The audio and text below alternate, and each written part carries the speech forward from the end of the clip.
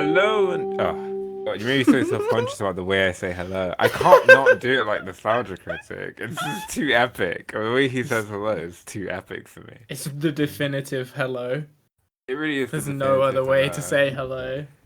Um, Hello and welcome to the Minority Arts Appreciation Society podcast, where we're ticking all the boxes. My name's Josh. My pronouns are he and him, and I lead the music discussions. My name's Matty, my pronouns are she, her, and I lead the film discussions. Wonderful. So, we're back in 2020 boxes, even though it's 2021. I'm adamant on not missing a month. So we're kind of just gonna do a double barrel of 2020 boxes episodes in the next couple weeks or so. We tick all the boxes. We're not missing a box, Exactly. How could we miss a box, right? Um, so for the ripped off the headlines, because we're going back in time, we're really, timey-wimey, to quote a hit TV show Doctor Who. I'm not gonna bring up important headlines, all right? I'm just gonna say what's trending on Twitter right now, and the first thing that caught my eye, because it's somewhat relevant to a music podcast, is in rock, top trending, Frankie Iero. Actually, do you know who Frankie Iero is? I do know who Frankie Iero is. Who is Frankie Iero? Frankie Iero was the lead guitarist of My Chemical Romance, I believe. Or potentially the bass guitarist. You were right the first time. He's the lead guitarist. The bass Yeah, guitarist okay. is Edit out saying maybe the bass guitarist. So I come across as the true emo goddess of the podcast. Not really, but yeah. I think Mikey Way is the bass guitarist. I Well, think might he be might wrong. be right. Who is the bass guitarist of My Chemical Romance? Yeah, it's Mikey Way. So Frankie Iero is top trending for music. At first glance, I don't understand why he's trending. Okay. That is concerning. A prominent tweet that comes up is, "I did not wake up today expecting Frank Iero to say I may not be a lesbian in the classical sense." So Oh my seems god. that Frank Iero has. Oh, here we go. I found the comment, and there are some memes that have been spawning from this comment, such as a picture of Iero, arms crossed, standing in front of the lesbian flag, saying, "Don't worry, stand behind me." A leader of sorts. Now, my Twitter page is refreshed, so I've completely lost what I was about to read out. So this is really fucked. I found it. I found it again. Oh. So to read out the I have no idea where this is going. So, although I may not be a lesbian in the classical sense, this is quoting Frank Iero's Twitter. His Twitter name being Frank Iero Party (brackets goth brackets dad), and this is a verified account. Although I may not be a lesbian in the classical sense, I do feel your plight and also appreciate your descriptive nature. In return, may I offer you the term depresbian and encourage you to wear this black hoodie, quote unquote, as the quintessential depresbian uniform. That's a very difficult word to say. There was this word that Frank has created combining depression and lesbian. And he says he'll be getting on to. He's a real wordsmith. God, that got him trending? That's crazy. We are a depressed yet all-inclusive group. However, we reserve the right to not actually want to be in a group, because being around other people oftentimes suck the life out of you. So, Oh, sounds also, like... stop making me talk to you. I don't understand. I don't understand anything I just read. Yeah. Did you glean anything from that? Well, it just sounds like he's adopted the identity of the 2014 Tumblr people who idolize him, Like, that's crazy. That totally sounds like a Tumblr, like, fucking relatable post. That's so weird to me. I don't know. God, he sounds like a boomer. It's really weird. And that word has been ruined. That word has been tarnished. Like, it is just destroyed now. And I feel horrible saying it, but I don't know. Let's just go away. Just shoo. Shoo. But I like him. Like, I like My Chemical Romance. They're awesome, and he's a very good guitarist. And I'm sure he's not a dick. I know you. I can't glean. People don't seem to be angry. They just seem to be clowning it. Like Yeah, that's the thing. You just gotta like. It's not worth getting every angry meme about. is just pictures of him in front of flags saying "bisexuals get behind me," Yeah, that's and hilarious. Frank Iero, king of lesbians. Uh, That's so and okay. mainly it's the line, "I may not be a lesbian." In Look, the classic sense. that's The addition of amazing. in the classic sense. That seems to Like, that's very good. yeah, no, that's the thing. That's such a poetic line. I really, really want to keep that. I think my favorite tweet that I've gotten out of this little charade we've put on here is Frank Iero is canonically a he/him lesbian, and I think about it a lot. So that's it. That's where we're gonna end today. Do you know about he him lesbians? I know what's that. Okay, so basically, because like pronouns don't necessarily equate your gender, like there are people who use he him pronouns who aren't men who are lesbians. So that's the thing. And also a really popular meme for lesbians is like, I'm about to try and explain he him lesbians to my nan, because it's just like so many layers of like 2021 social acceptedness applied to like a 90-year-old woman, which is fucking hilarious. Because like, And like deconstruction of gender. yeah, exactly. Like how would you possibly explain the fact that we have gotten to a place that I'm happy with as a lesbian myself, as a she/her lesbian, like how we've gotten to a place where people who use he/him pronouns are like accepted as lesbians, which I think is awesome. Accepted as lesbians in queer circles. If you went outside of queer circles, you know, but yeah. So he/him lesbian is like an actual accepted thing. Oh, you learn something new every day. That's fantastic to learn. And I thought that was worth highlighting. That's what's happening today on February the 8th, 2021. This is a little time capsule moment. So there you go. Woo! And moving on to our album discussion. We go back to November 2020. What was the exact day this album came out? I wonder. I wonder what I was doing that day. 13th of November. You go back to 13th of November. I was a year younger than I am today. As were you. That's interesting. 20. What did I know? No. What did we know? We knew so little. Chris Stapleton. So this is like the first time we're covering a country album on the podcast, I believe. Have we done anything close to country before on the pod? Honestly, I don't think so. I mean, we've barely done like rock music on this podcast.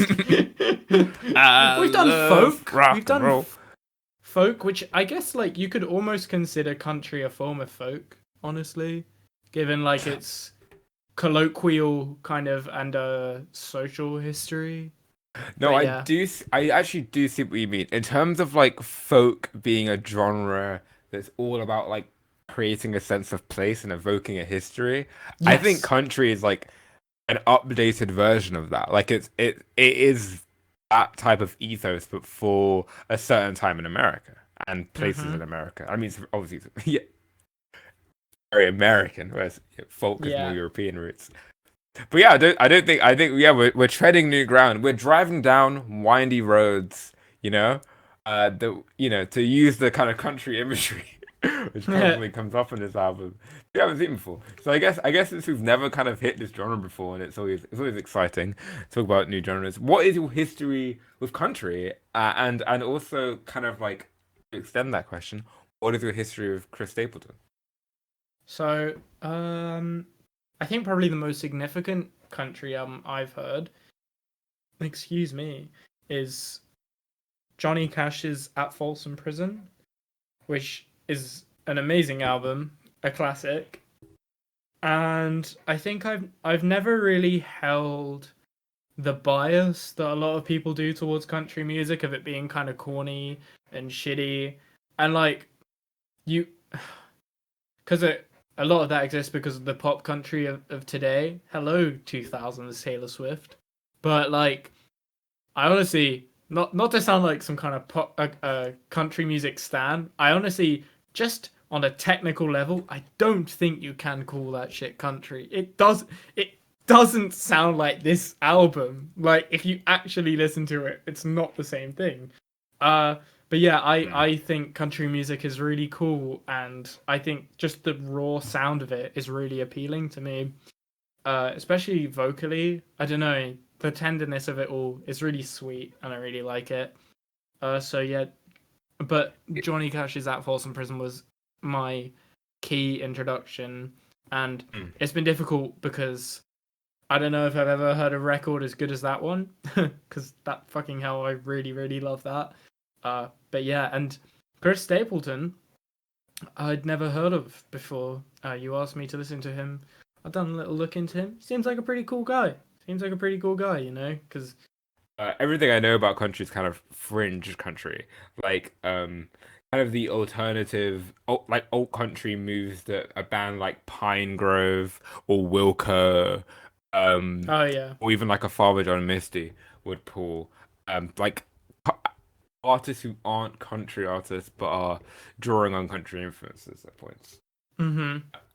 Um, yeah, I've heard that live at the Folsom Prison. Is that what it's called? Yeah. I've heard that Cash record, and it is a good record. I haven't heard it since I was a teenager, though, honestly. Oh, it's so good, man. It's so good. Casey Musgraves is another country artist. I think I heard had a recent release in recent years. I really hated that album, Golden Hour. But yeah, that was quite a high profile country pop moment. So yeah, I agree. Country pop has been real big, and I don't feel like proper country like arguably Chris Stapleton is doing. At the limelight, and this is like you. This is my first exposure to Chris Stapleton, and yeah, this album it really had a big splash when it came out. It was it's very rare, in my opinion, that kind of a modern proper country album that isn't like country pop has To this make type moves of like this did. crossover.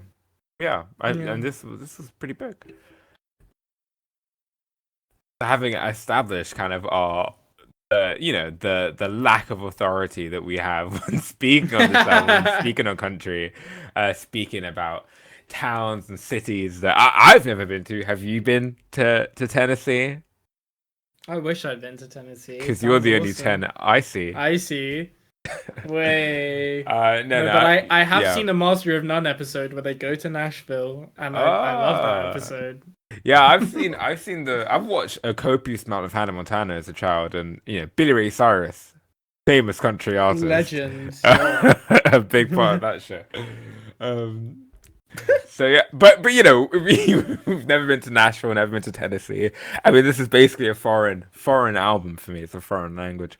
So I was excited to get into this. I guess how did this first hit you, or how did you experience this kind of upon listening? So ultimately, just to be clear, I really liked it. I really like slice of life albums like this, I think I'll call it, where there's no grander artistic like statement that's being made other than like what you want to read into this album, but it feels like the artistic intention behind it is just to kind of capture where a person is in their life, and obviously like that has to be good and entertaining, but at the same time I feel like he approaches all of this with like an authenticity and what I found most charming, a tenderness that I really liked.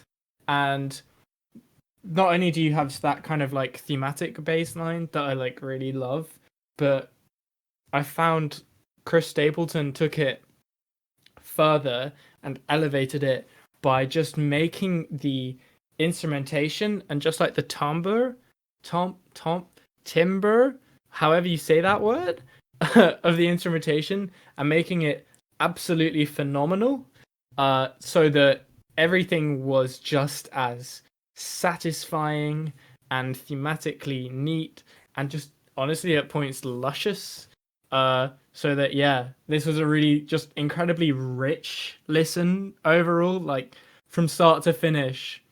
You know, that obviously not the whole thing is gonna sound as great as the rest of it, but I was constantly like enjoying and excited to hear kind of new sounds from it, despite the fact that, you know, I would probably say this is like, you know, a really conventional country record singing about very conventional country things.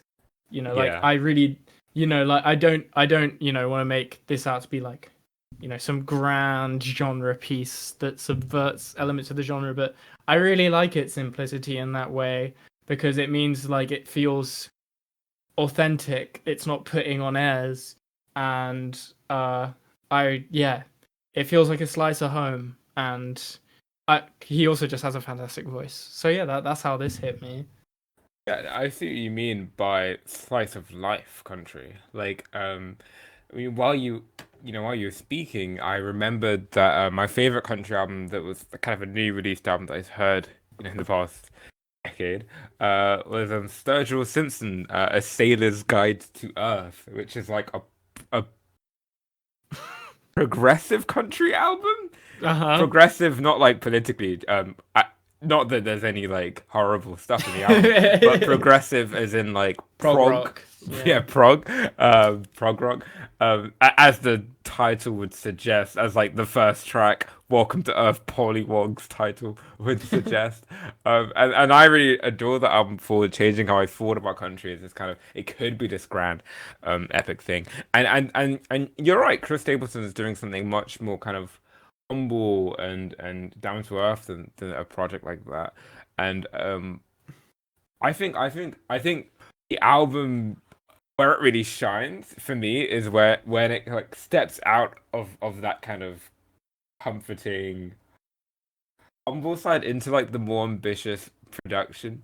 For Mm-hmm. example, the string section on Cold, which is fucking Oh, huge and magnificent and glorious. Um, you know, like so luscious and rich and kind of like they touch your soul, dude. Like, oh man, what a great song. yeah, and it is like normal country lyrics about, going through a bad, experiencing some bad heartbreak. Yeah, I agree. These are Mm. like very Johnny Greenwood vibes. They're very epic, very grand. Same with Hillbilly Blood, which honestly Oh, sorry. which honestly, it's okay. Which honestly reminded me a bit of like almost like a Fleet Foxes cut. If anyone listening has heard the song Shrine slash The Argument from Helplessness Blues, in terms of just creating this like really epic, building, almost searing production. So yeah, I feel like those grand moments work really well in contrast to the Mm-hmm. quiet, gentle, out to earth moments. And I think this album being that dynamic was really satisfying for me. Um, Yes. mm, yeah, No, no, totally. Like because just on it was just such a fun first listen. I think this is one of my favorite first listens in a while because yeah, you're so right. Like you wouldn't know when I feel like recently we've had such a slew of albums where we've had maybe one absolutely blockbuster song towards the middle, and we're kind of waiting for like I'm okay with the more low key stuff in this like hypothetical album, but you're kind of waiting for the more bombastic stuff to come back to bring some variety to it. And so on this album's first listen, you really like are just waiting for when these like ambitious moments come out. Uh and then on the flip side, you're kind of caught off guard when more somber and like what's the word? Heartfelt moments come up and you're like, "Oh, I was kind of waiting for this bombastic stuff." But then you know, a song like Maggie's song comes up, which is just a song about his dog that passed away, comes along and mm, it fucks you up and it's a great, wonderful song. And like I mm, was kind of honestly, today before we recorded, I kind of wanted to go through and double check how I felt about it because I was kind of in the place where I was like, this is like a decent record, but you know, I because of the kind of I guess like in terms of meaning, like not in terms of the instrumentation and the actual sonic aspect of the album, it's not the most ambitious thing. So I wasn't thinking like too highly of it.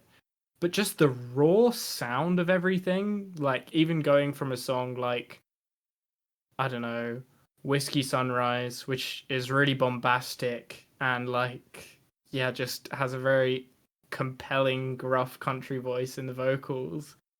But then to a song like Old Friends, of which is a lot slower, a lot more, Old Friends is still such a wonderful sounding song where the guitar is really used to just be this gorgeous thing in a very traditional way, which I don't feel Yeah. like in 2020 or 2021 now, you don't get to hear very often. So this ended up being like incredibly refreshing Yeah, for me. I I'm don't sure know. there's a plethora of albums like this out there, but yeah, it doesn't get much play or crossover kind of attention, and it was cool to see that. I mean, but I mean, given what you've been saying, I do feel like one thing about this album that's odd for me is my favorite moments are when it's breaking away from potential formulas or doing something a bit more ambitious. Like you said, like when it picks really interesting, weird song topics. Like in What You Burn, which is about Oh, uh looking at mass shooters, uh bad people, and saying, hey, I look forward to the day I get to watch you burn in hell. Which is a more ambitious topic than perhaps even if these are songs I do like, the songs about, my rough, gruff country ways, drinking and my hometown, you know, kind of a type of country which I kind of call like chugga chugga country, which is like a very uh-huh. like masculine, like kind of vague masculine imagery about doing country things, Yeah. and when it breaks away from that, like Maggie's song, which is about his dog that died, I really love that. By the way, I love songs about dead dogs. Converge, who are this like uh, very heavy hardcore band, wrote like one of the most harrowing tracks called "All We Love We Leave Behind," which is about like his dog who died. I just love shit Oh, like that. I love yeah. I love that shit. The But pain of losing a dog honestly brings up such artistic potential, I think. yeah, I'm not looking forward to it. Oh, No, Gizmo is eternal. wait, I have to bleep his name. I want to keep his identity a secret. I don't want to get hounded on dog Twitter. Um, but yeah, but tracks like Whiskey Sunrise or The Devil Always Made Me Think Twice. Um, But the devil do always made me think I, twice. I'm not super into that kind of chugga chugga country. It doesn't do loads for me. Or even a track like Worry Be Gone, which is going for a very like classic country vibe. Yeah, I it's a am, cover of a classic country song, yeah. yep. I'm. It's not something I'm super jazzed for or into for whatever reason, which is purely like a personal taste thing. Like, I think this album does these things well. This is purely a personal taste thing. I do Mm-hmm. prefer it when it's shooting a bit higher, going for novelty, going for something new, because those cuts just feel more personal. Like Mm-hmm. like those ambitious moments feel more resonant to me because they feel more individual and personal, as opposed to kind of evoking this great country history, which, like, again, Yeah. like we established earlier, that's what country music's very much about. But yeah, those are the parts of the albums that really worked. Part of the album that really worked for me. Definitely. What you bring up definitely resonates with me, kind of in the opposite, because I completely agree. I probably would say the best stuff on this album is when he breaks away from the like genre stuff, almost like discussing this in the way you discuss like film genre. But I really like that country as a genre is this kind of self-referencing thing because, you know, I don't want every genre to just like behave the same way. I'm not saying that's what you're saying at all, obviously, but like I love that I think that you I love that you can have artists paying homage to this sort of grand overarching thing, and there is this kind of rite of passage of doing justice to that thing, and like you kind of put your own spin on it by writing your own song, but fundamentally you are putting your hallmark on this sort of central kind of character of the southern man of country music. And it's a male protagonist I find incredibly compelling. I do love the like, you know, bleeding heart. I'm a drunk, but I have feelings and I love you, and I'm actually not a dickhead. And like, yeah, I just think that it's really cool Yeah. when the there's this test, and I think Chris Stapleton just massively passes by imbuing just I articulate production where everything is just so immaculate. It's amazing. Yeah, and I do agree that that type of like history and evoking that type of history can give an album a real sense of pathos. This is purely an aesthetic thing because obviously Yeah. I'm a huge hip hop fan, and most of half of hip hop is referencing shit that came before and Hmm. evoking things that came before and like quoting. And I love it when it happens in that genre. This is purely an aesthetic thing. Like this is Yeah. as an outsider, I find it harder to connect with that aspect of the album. It just doesn't mean quite as much to me. And sometimes lyrics can feel a bit cliched, like when he's really Yeah. going for that kind of stuff. Like kind of imagery can feel a bit tired, and I did like it when he was evoking more personal, original things. Anyway, moving on to favorite and least favorite tracks in no particular order. The first track I want to highlight as one of my favorites is the first track of the album, "Starting Over." Yeah. I think this is a really perfect way to start the album. Um, it's extremely warm. And Matty used the word tender, and I'd agree with her use of that word. And subtle, and it's got a very like Rolling Stone, it is what it is, whatever happens, happens type vibe. You know, the Yeah. imagery of winding roads and rainy days and storms and floating and you know the usual. Which at other points the album does get a tad bit trite for me, but here it really works. For whatever reason, it's just a great hooking moment to start the album on. It's very warm, as I said before, and that melody that comes in with the hook is killer. It's really evocative and really mesmerizing. And then my next favorite track is the track "Cold," which is a gorge, soulful moment on the album. I love kind of more soulful cuts on this album. Uh, and again, like I said before, we had this ambitious production with the strings, which is totally, completely lush, gorgeous, this track is really like alluring and sad and dark, and Hmm. again, he's writing about a breakup in a way where I feel like the actual words on the page aren't super like putting it in a way that is super evocative or new for me, like why you gotta be so cold something about leaving a hole in his soul and stuff. You know, kind of this isn't the most inventive lyric writing, but the presentation of it I found was quite moving and quite convincing, as well as his fantastic voice. He's got a wonderful country voice. I Fantastic.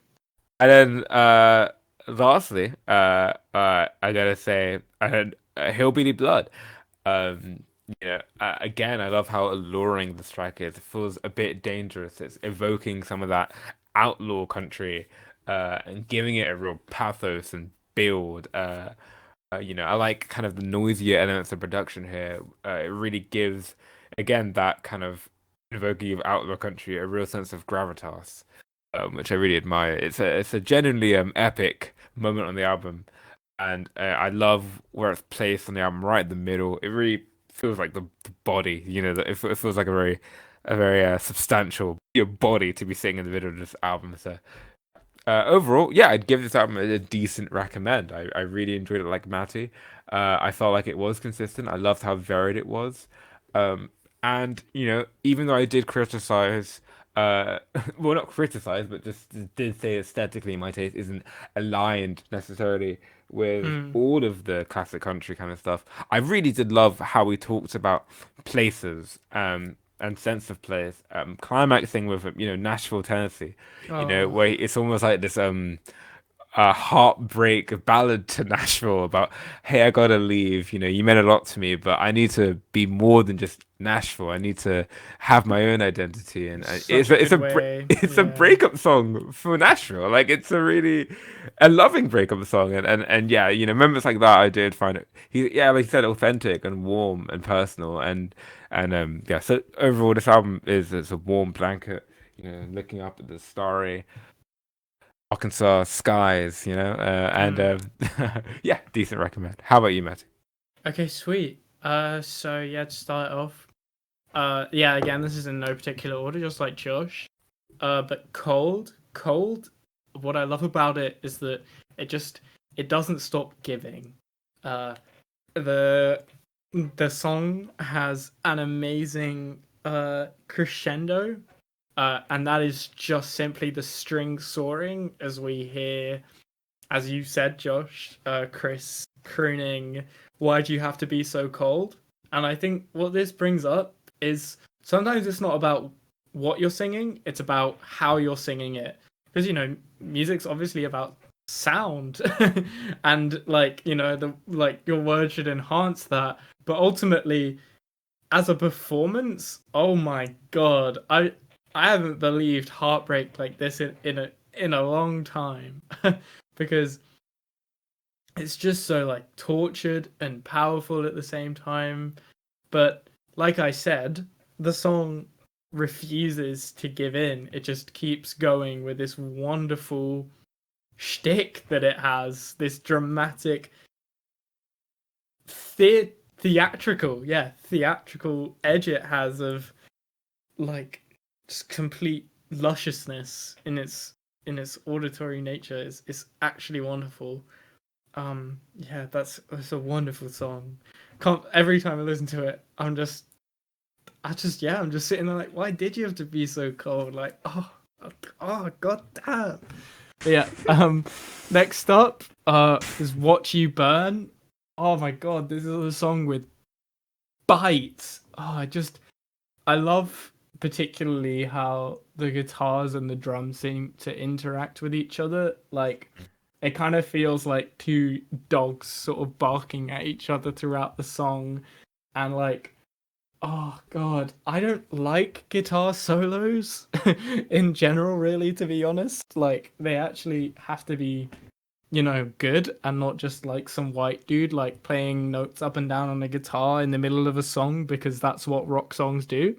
uh but there's like these moments where in the guitar solos it feels like Chris is playing the guitar and just seeing what it can do, and I love that. And on this song it really just feels like he's unleashed this animal.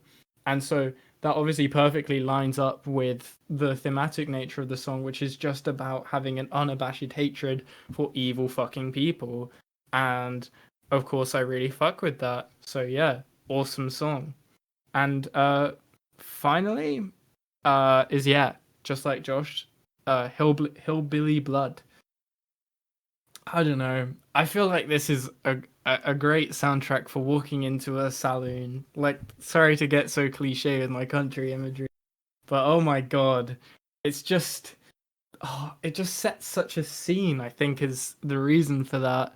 Like, and this kind of ties into what I was saying with like the kind of history and the imagery of genre, and the history and the imagery of country, because it's so familiar in a way that when you hear it, it automatically paints a picture. But at the same time, this album is so distinct in just how immaculate everything sounds. And particularly on this song, Hillbilly Blood, when it gets into these like roaring choruses and such, it's so evocative because of that, because it just does feel like Stapleton's own spin on this kind of imagery that you have with country. So yeah, awesome song. Yeah, I give this a light. I'm gonna say a decent recommend for now. I'm gonna give it a decent recommend for now because this is a really good album. I don't wanna quite oversell it, but it's just such a good time, you know?